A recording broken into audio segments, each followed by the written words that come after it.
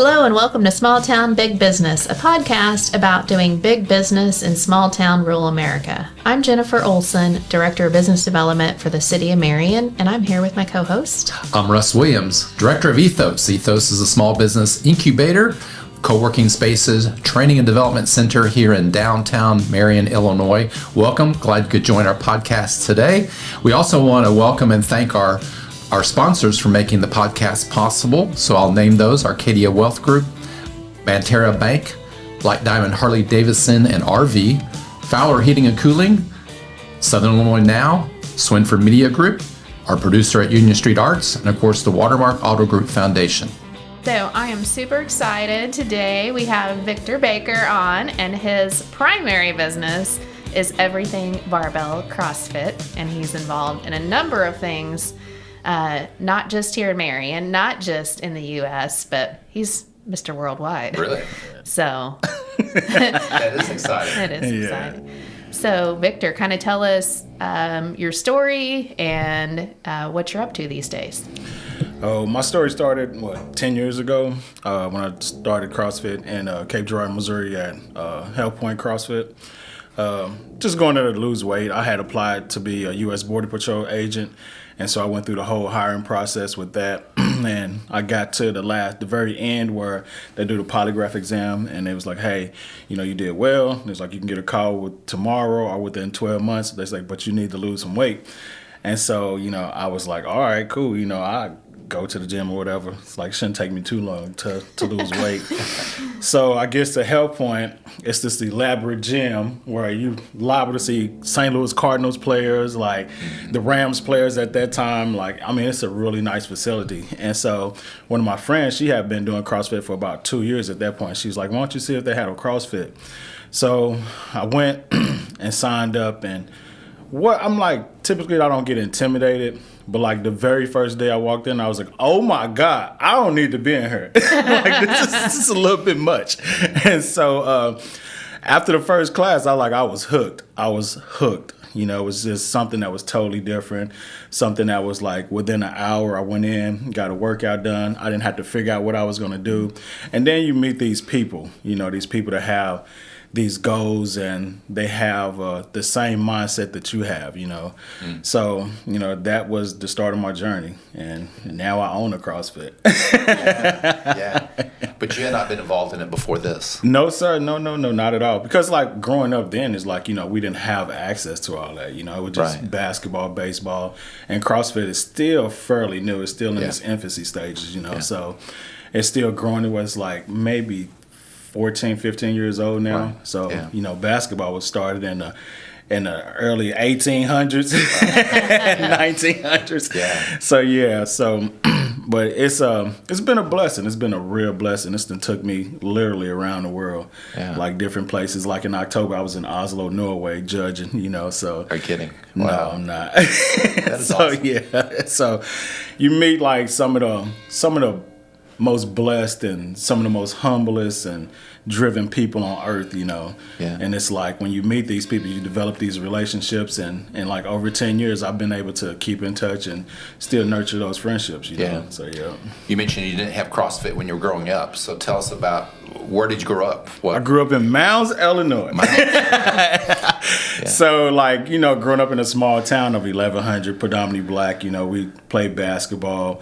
Wasn't a lot of things to do. We really didn't swim. I was doing CrossFit, and I learned how to swim, too. Okay. Yeah, so I broke a stereotype. I love it. Yeah. So, for our listeners, Mounds is less than an hour just south of here. Yeah, it's on 45 minutes, Mississippi River. It's close. Carroll's on the Mississippi and Ohio River. So Mounds is in the middle. Mound City is on the Ohio River, I believe. Okay. Yeah.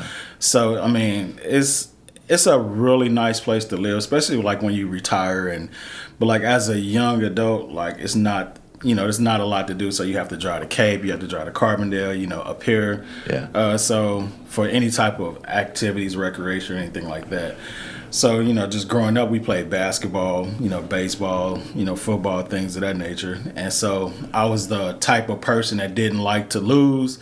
So it was I just drove myself mad getting better and better in basketball. Yeah. So it was we don't have like a hub in Mounds. We didn't have that. We didn't have like workout facilities or anything like that. Yeah. So it took our basketball coaches, our high school basketball coaches, Matt Wynn from Benton. He was one of our basketball coaches. I remember Matt. Eric Griffin from Cary Mills. He was one of our basketball coaches. No, he coached in my day. Yeah, he coaches the high school girls here in Marion now. Yeah. And so awesome. Those guys taught us how to work out, because we never lifted weights. They taught us. They was fresh out of SIU. They played 4 years at SIU. Yeah. And so they taught us how to back squat. They taught us how to bench press. They taught us everything that they knew about fitness. And at that point, like, it really didn't stick because we were kids. It was like, okay, well, whatever. So we didn't know that those things were going to stick with us for the rest of our lives. This fitness, it was told we couldn't disassociate the weightlifting from basketball. We just thought it was everything together. We just knew we was going to play against Michael Jordan one day, and we needed to be prepared. That's right. Yeah. And do you live here now in Marion, Illinois? Yes, I do. Yes. And what happened between the time in Mounds and to the time in Marion? Where did life take you? Oh God, it's a shell shock. It's God. So I go from having to drive to Anna, Cape Girardeau, Charleston, and Paducah to get to McDonald's. And like now, I can walk right down the street to McDonald's, and my whole world is like, yeah, everything is all right. So yeah, just driving everything, and it's like everything is right here at your fingertips. Like I don't have to drive to 30 minutes or 45 minutes to get to the mall or to get to Walmart or anything. So we did predominantly most of our shopping like in Cape, like driving 30 minutes to Cape to Walmart. Then we had a Dollar General store, but then it closed for like a number of years. Then I want to say maybe 10 years ago, they built another one. Mm-hmm. And so that made life a little bit better in Mounds also. So yeah. So just having everything at your fingertips here in Marion is like, I'm still adjusting to that. So I think there might be a little bit of plan derailed, and sometimes when you don't end up being a Border Patrol person, there's a reason. So I want to talk about that a little bit, but also like how do you go from I want to get a little fit to I want to compete to I want to judge, and where in that timeline does owning a gym happen? And I know this isn't your first location. No, ma'am. So during the course of going to CrossFit class, it's like I've been blessed with a personality. God was like, okay, if I don't make you rich, I'm gonna give you a personality. I'm like, no, I want the money. I don't want a personality. So it's Charm doesn't pay the bills. No, not at all, not at all. And so this lady named Erin Dickey, I would never forget it. She walked up to me in class. She was like, "Hey, you're gonna do a competition with us." And I was like, "Girl, I don't even know you." So living in Mounds is like a mentality. It's like you're kind of like, you haven't been exposed to, well, I hadn't been exposed to it. So it's like meeting new people was kind of like a brand new thing to me, Mm-hmm. And so when she said that, she was like, okay, we have this team. It's going to be me, Brian, and Hannah, and we need you. She's like, you're strong. And I was like, and that was like one of the first times I ever felt like somebody not just judge you, but they seen the good in you, mm-hmm. They seen the potential, like, hey, you can help us, And so after that, it's like we all became like sisters and brothers, and then just that community part of CrossFit. And so I started competing with them. We had a team of 4. Our very first competition, we went to St. Louis to the Shea Fest Arena. Mm-hmm. And that was like kind of overwhelming too, because my very first competition, we competed against over 100 teams. And so we actually did really well, And so like they say in CrossFit, you get bit by the bug. And that was it. After that, I did like 20 competitions, CrossFit competition. I was ranked 6th in the nation in Olympic weightlifting. Mm-hmm. So yeah, it was like, but the work that goes into it, the work ethic that Coach Wynn and Coach Griff had installed in us, when we was younger, they just carried on. So it was like I felt at home. I felt like, okay, this is where I'm supposed to be at. So yeah, that's awesome. So you're working out, you get on the team, you start competing, and then in that timeline, when you're like, how did the opportunity present itself, or how did you pursue the opportunity to become an owner? Well, I never desired to like own a business or anything. I never desired to like I'm not very creative, you know. It's like I stay in my own lane, you know. I mind my business because there's a peace that comes with minding your own business, you know. Totally. And so like I was competing with the team in at HealthPoint with Aaron, and then I had started competing with a team in Marion, and so then you know, just that whole dynamic of like coming to Marion and competing over there. And so I ended up getting my coaching certificate. So I went to... How tough is that? The CrossFit level 1 is kind of difficult. Like you actually really have to study. You know, it's not okay, you can jump online, take this course, and you can become a trainer. It's really detailed. It underlines all the movement patterns that's associated with CrossFit, the diet that goes into CrossFit, how to approach your members, how to like interact with them. It breaks it all the way down. So this is a weekend long course, but you need to really study it. Like I say, it's just not like, okay, well, I'm finna go take this course and I'm finna pass and I'm finna go open me a CrossFit. Like it doesn't work like that. So, but I had started coaching at Marion, and then I coached at RSP CrossFit with Caitlin, and so kind of like at that point, I still had no desire to like own a business or anything like that. It was like, okay, well, I coach, you know, and I started realizing I was pretty decent at coaching or whatever. And it was just when Marion closed, when Miss Sharoma sent us a text. She was like, hey, you know, unfortunately, we're going to close.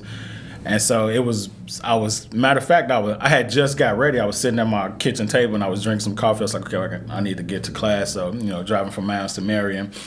And when I read the text, I sat there for maybe 30 seconds, and then I just felt a presence and a voice that said, open your own CrossFit. Mm-hmm. And so I sat there for like literally like 2 minutes, and then I just started Googling Century 21, Marion, commercial buildings, and then got in touch with Miss Tammy Kissins, and she was like, hey, I can help you, you know. So I drove up here same day within like maybe like 2 hours. So she started taking me places, looking at buildings, and she's like, I don't know if I'll be able to find a building for you. But she was like, let me put you in contact with somebody else. And then she put me in contact with Miss Jan. I forget Miss Jan's last name, with Freedom Financial. Is it Freedom Financial? Jan Morris. Yeah, Jan Morris. Yeah. So she took me to some places, and she's like, I got the building for you. And so she took me to the Highland Street location, you know. So, and that was the blessing that like really, really got it started. But before like I even signed a contract, I felt like God told me, he was like, no, you pay off all your debt first. He was like, so for a year before I even opened, I started paying off everything. Every credit card, I paid off my car. And so when I opened, I only had $100 payment left on my credit card. What type of work were you doing? Teaching at Meridian. Yeah. Okay. So I was there for 21 years. And so... Wow. Meridian High School? Middle school. Middle school. Yep. And so it was like, during that journey, it was like I learned how to like sacrifice. Like I never had to sacrifice. Like you hear people say, oh, I sacrificed. Like when I tell you I sacrificed, there was times when I would like look at one loan or something. I was like, okay, if I pay $400, I could just pay it off, you know. So when I made that payment of $400, I might have had like $50 in my account, and then and out of that $50, I had to put $20 in gas in the car, and then I only had like $25 left, and it's like, okay, I'm eating ramen noodles for, you know, a week, you know. So and I'm praying like, God, I hope nothing happens, you know. And if something would have happened, I would have been just financially, it'd have been a disaster. So when I tell you, I literally ate ramen noodles, and then I went back to my childhood. My grandma and my mom, they really taught me how to cook. I started making homemade biscuits, homemade pancakes. I mean, like I literally, when I say I sacrifice, I literally sacrifice to get to this point. Yeah. So it's been a struggle, but it's been a struggle that's something that's been a blessing. You know what I mean? So yeah. So you took a pass on the first building? Is that what I heard? No, I actually accepted that building. Yeah. And so I was there for like I had got the building. I had that building for like 2.5 years, but before I actually moved in, I went in and started painting and cleaning and things of that nature. So before I actually moved in, it took me about 8 months to like paint, cleaning, because I didn't get like a traditional loan. So I was like, I made decent money. I made good money at Marion. And so I could afford, because my house was paid for, my cars was paid for, I can afford to just pay cash for things as I went. So I didn't open up with this huge $100,000 debt or $50,000 debt. It was like everything I got, I paid for as I went. Yeah. Did you have friends and family that were helping you with the prep work, or did you just jump in and do it yourself? Oh, so with that, so I contacted like friends and family and stuff. It's like, hey, it's like, but then like one day, like I was sitting at home and just so happened I was scrolling through Netflix or something, and I just had this desire to watch the movie Noah, where God flooded the earth.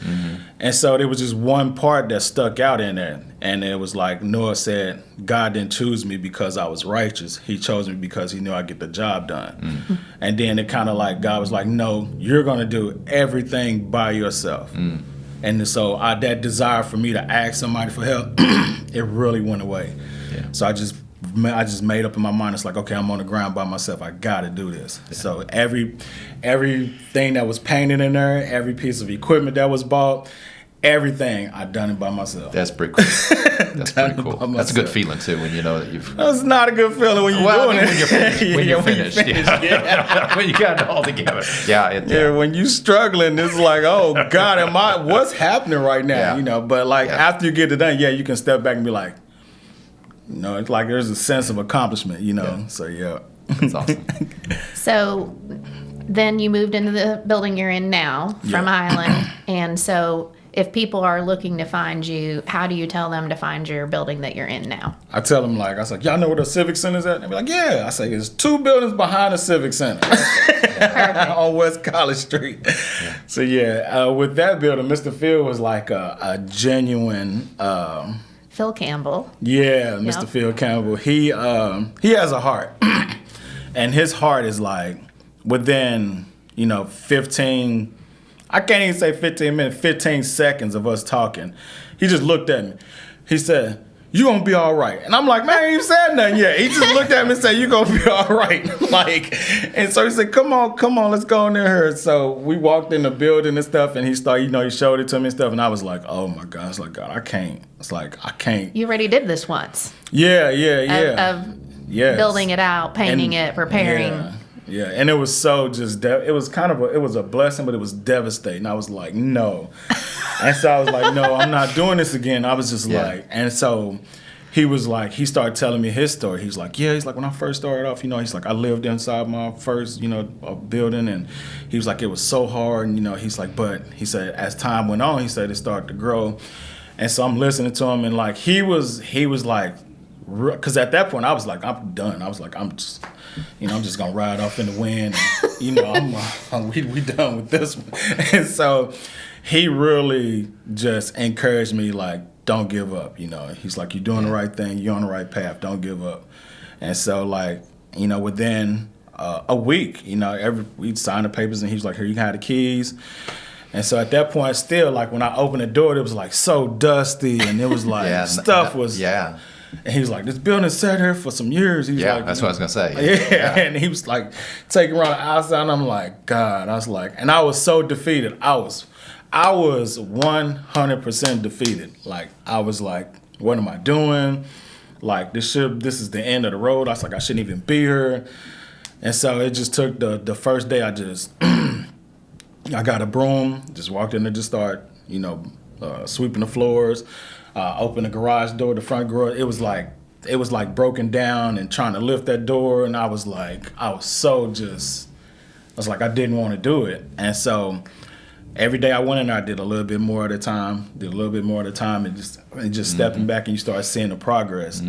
And then once I got about halfway clean, got it swept out, and then when they came and cut the water on, when I had water, and then Amron came and turned the electricity on, when I seen, like, oh snap, like, 'cause I could see, like, it was all dark before. Yeah, because I was like, I had a flashlight, and I'm trying to sweep and stuff, because they was like, oh, it's gonna take like 2 or 3 weeks for them to get the water on and the electricity on. So it's like, so you try to open the door, and all you had was the natural light in there. And so, like, every second and every minute and every hour I was in there, it was just soul crushing.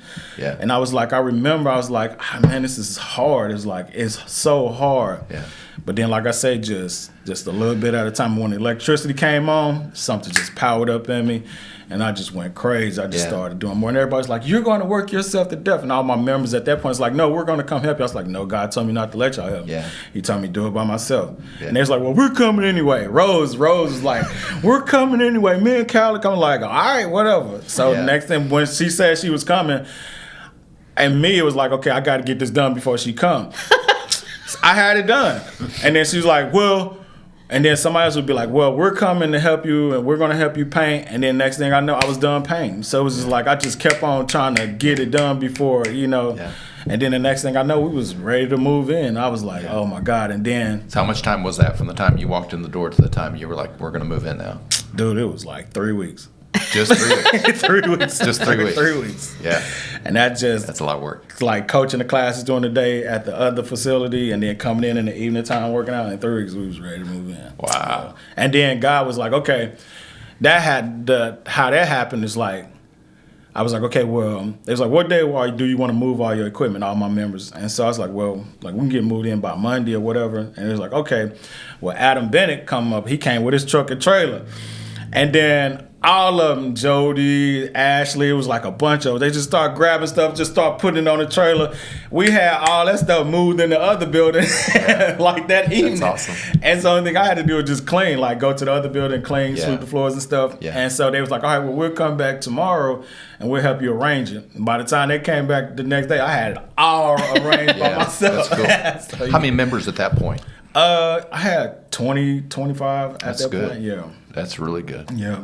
So it's like growing. It's like growing at a rate. Like I just had 3 more people to sign up like 2 days ago. Yeah. Yep. And then I got more people that's talking about coming to sign up next week. Yeah. What are you up to now? Are you still around the 20 or are you? Oh man. So in the system, I have 80 people in the system. Yeah. So that's people with. So you had an option of buying a 6-day or a 6-class package for like $25. Or you can buy 20 classes for $100. So you have those people, then you have the monthly members. So, but then also you have people that come in town that need a gym, and so they buy those $6 6-class packages or those $100 packages. So they're still members of the gym as well. Awesome. So yeah. So good. So yeah. So I know you wanted to get closer to the square and where things were happening and where residential growth was happening. But I also feel like you had some pull to just plug in more to the community. You want to talk about some of the different food drives and things that you've done to engage. So like people that don't know me, they like, well, it was like, you're doing a lot of things like for a business that brings attention to your business. It's like, no, I'm doing things that I just grew up doing in Mounds. Like, so my mom and dad, our house was like the house where everybody came to Mounds, Mound City, Carroll, whatever, because my mom and dad cooked all the time, And then I was a kid on the block because my dad worked at West Vaco, so I was kind of spoiled in a sense. I was spoiled, but I wasn't spoiled. So like I had all the latest games, I had the bikes, I had everything. So all of my friends and stuff, they came to my house, So like growing up, I was always accustomed to having friends and family around me, And so my mom, up until the point she passed, she was we had the house that gave away the most Halloween candy. She was the one that's like putting all the apples and oranges for Christmas and giving them away to like different people and stuff. 4th of July, we had this big old firework thing going on. We barbecuing, frying catfish. We was just doing everything. So everything that I do now, it's just what I grew up doing. It's community. Like, yeah. And so it's like people were like, oh man, like you're done. Like, no, I'm just accustomed to doing this, and I don't feel right if I don't do it. It's like, man, I need to get out here and pass out candy. We had Easter egg hunt last year, and then we're gonna have another Easter egg hunt this year. Passed out candy for Halloween. We had a Thanksgiving food drive. We had a toy drive. It's just stuff I just grew up doing, so it's just naturally it's not that I'm trying to impress anybody or promote my business. It's like if I didn't do it, my mom and dad would be like, hey, like, you're not keeping up with the tradition, you know. So that's just all that is. Well, and I mean, I just firmly believe that what you put out into the world comes back to you in one way or the other. And it might not be gym membership. It might be something else that you need in your life that you just don't even know why the stars aligned. So I love that, you just jumped in and plugged into the community and saw the needs. Mm-hmm. It's a blessing, but at the same time, it's like we can see a blessing, but as humans, we can see a negative part of a blessing. And it's like, and people are like, how you see a negative part? It's easy because we like every day I walk out the door and I look up here and I'm like, I am so far behind. Like everybody else got mirrors on their buildings, and gosh. I'm like, I need to get it together. So it's like I tend to look at the blessing is, hey, dudes, you have a business, you have a worldwide business, you're doing good, you're growing, and I keep on looking at the spectacle of it's like, dang, man, it's like I need to get it together. I'm thinking about I'm ready to knock on Mr. Reese's door. I'm like, hey, let's hang some lights like they got up there, you know. So it's like I have a tendency to be like, I'm not doing enough. You know what I mean? Yeah. It's like I don't have it together. Like Steve Wiseman from Rise Performance, we had a rowing competition last Saturday, and Steve come in the door like Rise Performance, like they dope. They have this vision and they fulfill a vision. And so when he came through the door, he's like, I got swag bags for y'all. And so he got the t-shirts, he got cups with shaker cups with their logo on it. Yeah. And I'm like, man, I need to get it together. And it's like all the time I feel like I need to get it together. I got to get it together. It's like, man, it's like I feel like I'm not where I need to be at. So it's like, okay. So I have this added pressure, and all my members are like, no, dude, look where you at now. Yeah. Stay in the moment. Yeah. Enjoy the moment. You're doing fine. You know. So yeah. They have to, draw my memory about where I'm at, stay in the moment, Let's talk about the small business part of it. So is CrossFit organization, do they give you all the tools that you need to be a successful business, or do you have to figure that out on your own? So CrossFit is the brand. CrossFit is a worldwide brand. They had this methodology. So Greg Glassman came up with this methodology, how to combine like what's good for our bodies, how to fight, high blood pressure, chronic illnesses. That's what CrossFit is for. That's what it's designed for. So inside of that, he was able to say, okay, we're not going to be a franchise, we're going to be an affiliate model. All right. So inside that affiliate model, it gives you more freedom to customize your business how you want to. So inside of that, so once you apply for your affiliation, then you become an affiliate and you can grow your business how you want to. So me being, I'm always trying to make sure I'm solid, make sure my foundation is solid. So, teaching for 21 years, I done put together hundreds of slides and my education, and it's like I came up with the ideal of, having certificates. So if anybody want to be an Olympic weightlifting trainer, if you want to be a personal trainer, if you want to be any type of trainer, you can come through my program and become a trainer. Mm-hmm. So I took mine and I started building it. So when I designed my website, I reached out to the different people, especially worldwide. I was like, hey, what do y'all need over there? And so they started telling me just the feedback. So I created a monster. I created so with my CrossFit, but it's not knocking nobody else. So with CrossFit, anything I need, any type of direction I need, they email me, they call me on the phone. It's like, hey, how's everything going? I'm like, I'm good. Y'all ain't got to call me no more. I'm good. I got this. So yeah, they had maybe 8-9 podcasts they wanted me to do. And I was like, nope, I'm not doing it. But yeah, it's like the help that CrossFit offer, it's not a lot for them to do. Once you have your own business, it's like, that's your baby. You nurture that how you need to nurture it. So for them to come in and say, okay, well, you can't do X, Y, and Z, or you can do only this, that's not necessarily true. You just grow it how you want to. So some people find comfort and strength in just keeping it base. Okay, you come in, you do your classes, and that's all we're gonna offer. We're gonna offer coaching. And some places don't offer nutrition. None of that. It's just you come in for your class, and that works for you. That works for you. Yeah. It depends on how much time you got that you have available to dump into your business, your coach's level of expertise in their knowledge base. So there's a lot that goes into people's decision to how they want to grow their business, So. So, small business owners wear a lot of hats, marketing, accounting. Like, what's your favorite thing to do that's not lifting, not doing CrossFit, and what's your least favorite? I don't like none of it.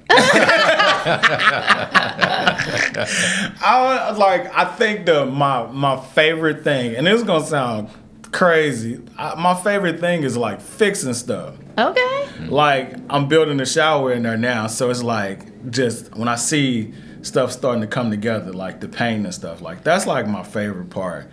The coaching is it's a natural thing. Once the members start understanding the movement patterns and they're safe, you preaching safety, efficacy, and efficiency. So make sure, first and foremost, everybody's safe when they walk through the doors. Somebody's not trying to lift 200 pounds when they know they can't do it. Like, hey, put that down. You just walk over to take the weights off, So you're constantly, when you're coaching, you're walking around making sure nobody has bad posture, bad form of anything. Paying the bills suck. That's terrible, but it's like it's a blessing because you got the money to pay the bill. Right. The marketing part is just my personality. That's all it is. When I misspell something on the flyer, it is what it is. I throw it out anyway. It's like I don't give a dang. So I mean, it's like it's simple. But it's complex, I'm starting to learn now the social media part of it, like the difference between a view and then what is a view and something else? A follower. It's like a click through. Yeah, so action. like when you go to any social media page or the website, it's a difference between somebody just they count it in seconds too. So people come on your average number of people that come on your website, they might spend like 2 seconds on your on a video or 2 seconds scrolling through your post. It's like how can you engage them to stay on your video or your message for like 5 seconds, 10 seconds or whatever, or to even see the whole thing through. So that's kind of been like, okay, that's my next thing to conquer now. How can I keep people engaged on the video, Yeah. So That's good. Well, I'm like tell people all the time, your videos don't have to be super curated and super professional and whatever. And I love, because I do think your personality is a big sales tool for you. And I love that you just hop on, in selfie mode and just say what you want to say. And I think it's so authentic. And I don't know, I'm just impressed, and I think it's a good model for people to know you don't have to have a huge budget to do the work. And it's intimidating when you do see people with huge budgets and you see like the production, like you go to some gyms and like they got this. They have like some CrossFit gyms got, y'all will be like, we need to get it together. Right. So it's like when you see other people's gains and their blessings, like, man, it's like, but you can't get wrapped up in it. I look at some of these videos and they're so crystal clear, and I'm like, I still got an iPhone 8 Plus.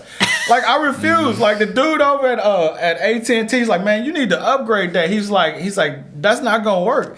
And I was like, so it's like I'm keeping it. So me and him kind of had a look. Like I'm keeping my phone. Yeah. So it's like the camera on my phone is not it's not the 10 and the 11s and 12s. It's not like that. So like when I record something and you see it, I don't give a dang. You looking at it, that's all that matters to me. And if I misspell something and you point it out, that means you looked at it, you read it. So it's like, okay, well, yeah, so that worked, So that's why, like, if you see something I put out and it's got a misspelled word and you see it, that means you actually looked at it, you looked at the content, you read it, and so so it's like that's a win. That's good. Versus me spending $100,000 on some equipment and you're not even spending 1 second or 2 seconds looking at it, So if you see the misspelled stuff and you like, he need better video quality, you looked at it. That's good. That's good. I got 2 more questions, but let me ask you first, is there anything that you want to cover on this podcast that we haven't so far? Anything you want to get out there? Well, I think we should say like how to do business with you. Like how do people find you? How do they sign up? Yep, like that was one of my do questions. they get to kind of come for a test run? I mean, what's that look like? So I'm kind of like everywhere. So, but like if you want to become a member or just come check out, see what CrossFit is like, I give 2 free workouts, and then I tell people to pray about it. Like it's like pray about it. If God leads you to come here, then you come back. If He don't tell you to come back, don't come back. And like it is what it is. It's like it kind of sucks if somebody make a decision not to come back. And it's like, but at the same time, I can legit say I'm 100 for 100. You know, so everybody that comes is like, no, God told me to come there. You know, if somebody, the whole purpose of the business is for God, people to have a safe place. You know, whether you saved or whether you gave your life to God or whether not. He was like, you know, we living in a time where people need a safe place to go. They need an hour to get away from their problems. They need an hour to get away and just work on themselves. So that's just the whole basis of, it's not even about CrossFit. It's not about me. It's about God providing a place for his people to go, you know, whether you saved or not, you know. Yeah. He's like, I don't care if you LGBTQ. He's like, I don't care if you black, white, or whatever. He's like, when they walk through the door, it's your responsibility to make sure they're safe and they feel safe, you know. Yeah. So that's all I do, and I make them laugh. like that's it. And if I'm online, what am I looking for? Okay, so social media, like we have every social media. We got Snapchat, TikTok, Facebook, Instagram. My website was hacked, and I can't even get in it. So it's like I've been trying for like the past week and a half to try to get in it, but so I might have to just create another website. Yeah. So the website had every ounce of information on it. So now I've been trying to take that information and put on all the social media. So most of the time we were really active on Instagram and Facebook. Yeah. So. And then what's the names for the social media? Like Everything Barbell CrossFit. Everything Barbell CrossFit. Yeah. Excellent. So yeah, it's fun. Like we have events coming up. Like I said, we have salsa night. So yeah, if y'all want to come to salsa night, we have an instructor, Miss I can't hardly say her name, Castellano, yeah. Wow. So she coming in. She's going to be an instructor, and then we have the Easter egg hunt coming up. We have a big CrossFit competition coming up May 10th. We have what else? We have Murph. So y'all got to come for Murph. So Murph is a 1 mile run. 300 air squats, 200 push-ups, and 100 pull-ups, and then another mile run. Wow. So yeah, y'all gotta come. I can do one push-up and maybe one pull-up. I might need to stand on something. And we got the Biggest Loser coming up too. So the Biggest Loser is like a worldwide thing as well. So yeah, awesome. So it was a really big success. We had it in 2023 when we first opened, but I didn't really do it last year. You know, it was like just busy moving and you know, trying to get everything together. So now we're like a lot more settled and so just getting on top of everything. Do you know what you have coming up this summer? Because folks may be watching this. We're going to have a catfish fry. So me and I'll be there. Yeah. So me and Julia, we was talking about it. I was like, you like catfish, girl? She's like, yeah.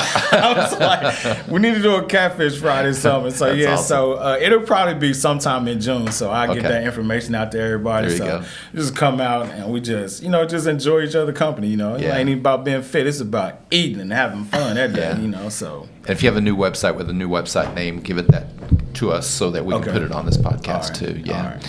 So another question, or do you have? Well, are you going to ask the big question? Yeah. Okay. So we have this question about why do you do what you do? Yeah. What gets you up in the morning? Oh man. So I have this thing right with planet Earth. So me and Jesus go back and forth. I was like, between God and Jesus, like, look, y'all need to do a little bit better. And like, we on Earth, we need some things. So. Like when I wake up in the morning, I'm like, oh, here we go again. Like bills, eat chicken and ribs. I'm at KB's and I'm at everyone, like all these barbecue places. That's my joy, and I'm allergic to it too. So it's like, I didn't know. So you like at Smoking K's, I'm up at Blazing Trails, I'm everywhere. So like every other week, every other Thursday and Friday, like I pick one of them to go to or whatever. So that's like my joy right now. That's my driving force. But then it's like, I just like to make people laugh, you know. It's like I feel like that's my blessing in life. I feel like that's what God put me on earth to do, is to make people laugh and, you know, get people to understand that, you know, even though you have issues in your life, it's like there's always a reason to smile and laugh, you know. Yeah. There's always a reason to wake up in the morning, whether you like it or not, whether you're depressed, whatever's going on in your life. Laughing is more than a medicine, you know. It's more than, it soothes your soul, you know. It restores your faith and your hope in humanity, you know. It's like laughing is the most beautiful thing that we can do as humans, you know. Yeah. So that's my driving force every day, is to make somebody laugh. I'm not Kevin Hart, but I can make some people laugh. It also burns calories. So you got that going. There you go. Awesome. Yeah. Well, Victor, it's been fun. Well, thank you. I appreciate you. Yeah, appreciate you. having me This is the second podcast that you've done, right? Second one, yeah. And- But we're better than the other one, right? So We're better than the 90. We're better than one the that he turned 98 down. he turned down. turned down. That's Yeah. what. To be that's on what's this one, important. we'll say. Yes. I was like, they was like wanting me to do a podcast when I was in Norway. They wanted me to do one in Dubai. They wanted me to do 2 or 3 in Miami, like, cause I judge the athletes too. So like I'm traveling like everywhere. And so every time I get something, it's like, hey, you got 20 minutes? Like, dude, come do a podcast. I'm like, no, we're not doing that. well, now you can't. You got experience. Yeah, it's like Alicia's the one responsible for all this, cause she been on me for like a year. She's Carruthers? like, yeah. She's like, you need to tell your story. I'm like, That's girl. good. And it was like, it was kind of like scary in a sense, but at the same time, it's kind of like you scroll through social media and everybody like has an opportunity to voice their opinion, whether it's good or bad, And like I'm from Mounds, it's like we gonna fight. You talk crazy to me, like, and so I'm like, nah, I can't be like that. So I feel like God is like, okay, now you go do your podcast. You're not gonna fight nobody. It's not. You don't really want to do that, So I feel like that's where I'm at now. Just it's okay to tell your story. It's okay to be who you are. Yeah, it's a good story to tell too. Yeah. Thanks, Victor. Appreciate it. You're welcome. Thank I you so appreciate y'all much. having me, man. I appreciate it. And thank you again to our listeners and watchers and supporters of the Small Town Big Business podcast. Shout out to our sponsors, Arcadia Wealth Group, Banterra Bank, Black Diamond Harley Davidson and RV, Fowler Heating and Cooling, the Southern Illinois Now, Swinford Media Group, our producer, Union Street Arts, and that is Luke O'Neill, and also the Watermark Auto Group Foundation. Thank you to them all. Thanks for being with us today. I hope, like Russ and I, you always find something new out about a local business. And if you enjoy it, please share it with somebody else. I'm Jennifer Olson, Director of Business Development at the City of Marion. You can find me at City Hall. I stopped saying new because we've been there a year now. Yeah. Oh, I just said it. Whoops. Or you can find my contact information on LinkedIn. And I'm Russell Williams. You can find everything at ethosmarion.org. Thank you for joining us, and we'll see you next time on the Small Town Big Business podcast.